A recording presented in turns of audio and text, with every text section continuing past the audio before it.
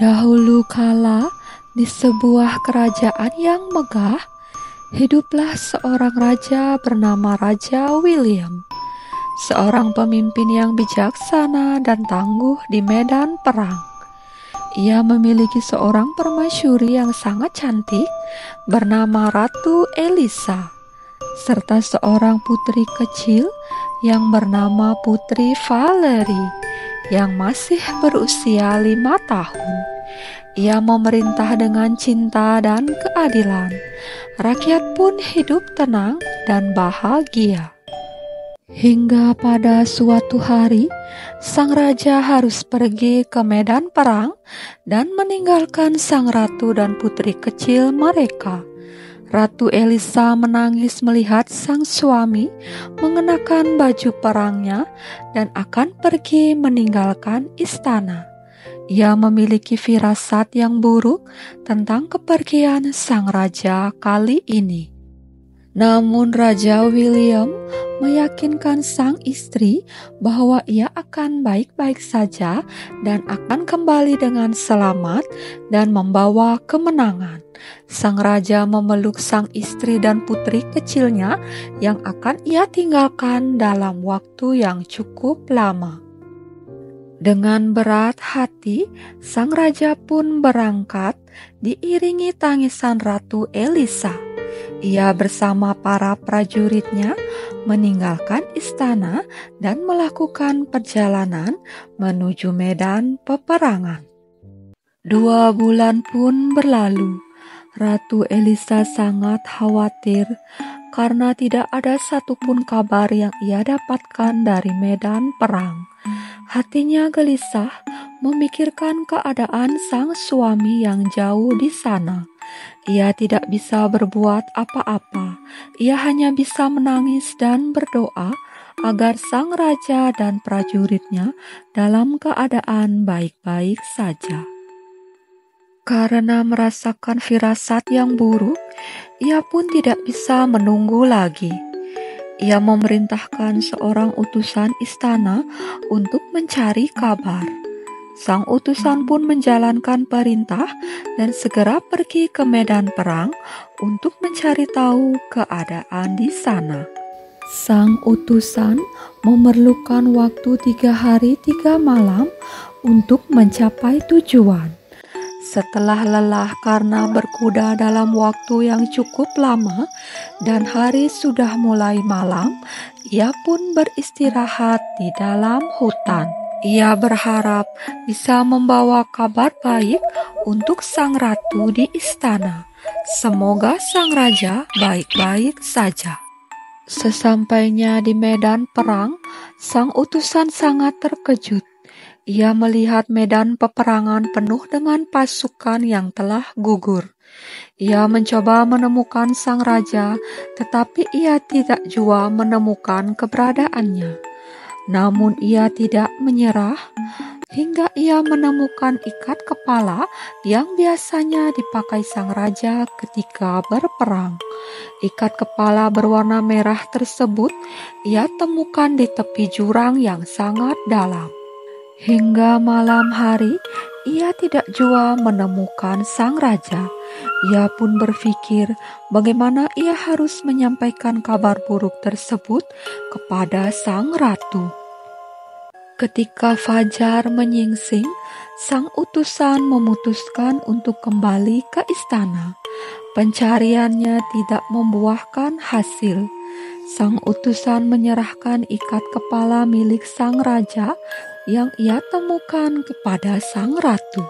Sang ratu yang mengenali bahwa itu memang milik suaminya sangat sedih dan terpukul. Ia berniat mencari suaminya, namun sang utusan melarangnya karena itu sangat berbahaya. Hari demi hari pun berlalu. Pencarian tetap dilakukan, tetapi belum membuahkan hasil apapun. Sang ratu larut dalam kesedihan. Ia merasa hancur dan kehilangan semangat hidupnya. Karena terlalu memikirkan sang raja selama ini, kesehatannya pun menurun dan ia pun jatuh pingsan. Sejak saat itu, sang ratu tidak sadarkan diri. Penyakit tersebut menggerogoti tubuhnya. Valeri, sang putri yang masih kecil, hanya bisa menemani sang ibu. Ia duduk di tepi ranjang tanpa tahu apa yang sedang terjadi. 10 tahun pun berlalu. Ratu Elisa belum juga sadarkan diri. Meskipun tabib telah berusaha menyembuhkannya, tetapi ia tetap belum bisa membuat sang ratu membuka matanya kembali. Putri Valerie yang kini beranjak dewasa sangat sedih dengan keadaan sang ibu yang tidak jua menunjukkan tanda-tanda kesembuhan. Ia juga memikirkan sang ayah yang sampai saat ini belum juga ditemukan keberadaannya. Ia hanya bisa berdoa agar Tuhan mengabulkan doanya, agar ia bisa berkumpul kembali bersama kedua orang tuanya dalam keadaan selamat. Malam itu, ia bermimpi tentang sebuah bunga yang tumbuh di puncak gunung yang bisa menyembuhkan ibunya. Dengan tekad yang kuat, Putri Valerie menaiki kudanya, memulai perjalanan berbahaya untuk menemukan keberadaan bunga tersebut. Selama berhari-hari ia melewati hutan yang lebat. Ia tidak putus asa, meskipun bunga tersebut belum jua ia temukan. Ia mendaki gunung dengan penuh semangat dan keberanian, meskipun rasa lelah yang ia rasakan, tetapi ia tidak menyerah. Setelah lelah mencari, nasib baik akhirnya berpihak pada sang putri. Malam itu, akhirnya ia menemukan bunga yang ia cari yang ada di puncak gunung. Ia memetik bunga itu dan ingin segera kembali ke istana, membawa bunga itu untuk kesembuhan sang ibu. Namun cuaca berubah buruk.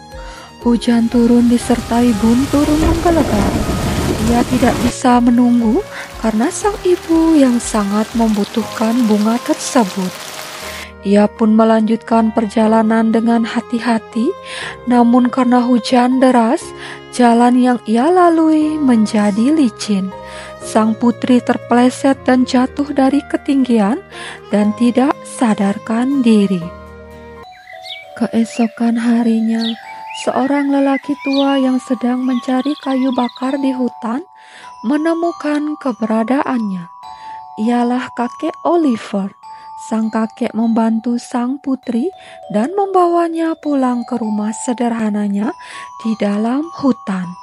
Di rumahnya, kakek Oliver tinggal dengan seorang pria yang kehilangan ingatannya, yang selama ini selalu membantunya meramu obat, karena kakek Oliver adalah seorang tabib. Sang kakek mengobati luka-luka Valerie. Ia terkejut karena melihat tanda matahari yang ada di tangan Valerie. Ia pun teringat dengan seorang pria yang ia selamatkan puluhan tahun lalu di dasar jurang yang memiliki tanda yang sama. Setelah mendengarkan cerita sang kakek, ia pun menyadari bahwa pria itu adalah sang ayah, Raja William, yang puluhan tahun lalu menghilang. Kakek Oliver mempertemukan mereka berdua. Valerie memeluk sang ayah dan menangis dengan keras. Raja William, meski belum mengingat apapun, ia merasakan ada ikatan dengan gadis yang memiliki tanda yang sama dengan dirinya tersebut. Istana yang telah mendapat kabar tentang raja dan sang putri segera menjemput mereka ke dalam hutan dan akan mengawal mereka kembali ke istana. Raja William dan putri mengucapkan terima kasih kepada kakek Oliver karena menyelamatkan mereka berdua dan berniat mengajak sang kakek ikut ke istana. Namun sang kakek menolak. Ia ingin tetap tinggal di dalam hutan dan menjadi seorang tabib. Dengan bunga ajaib yang didapatkannya, Putri Valerie pulang ke istana ditemani oleh sang ayah. Rakyat dengan sukacita menyambut mereka berdua. Raja yang melihat keadaan Ratu Elisa merasakan sakit di dalam hatinya. Setiap hari ia menemani sang istri dan merawatnya dengan penuh kasih sayang. Setelah minum ramuan bunga ajaib, kesehatan Ratu Elisa pun pulih perlahan-lahan. Ingatan Raja William pun kembali. Sang ratu yang sadar dan menemukan suaminya ada di sisinya sangat gembira dan tanpa henti mengucapkan syukur di dalam hatinya. Putri Valerie yang mengetahui ibunya telah sadar menangis dan memeluk sang ibu. Ibunya pun berterima kasih karena sang putri telah mencarikannya obat dan membawa ayahnya pulang bersamanya. Sejak saat itu, raja, ratu, dan sang putri hidup bahagia selamanya. Mereka berterima kasih kepada rakyat yang selama ini selalu mendukung dan mendoakan anggota kerajaan. Pesan dari cerita ini adalah cinta, keberanian, dan harapan dapat mengatasi segala rintangan.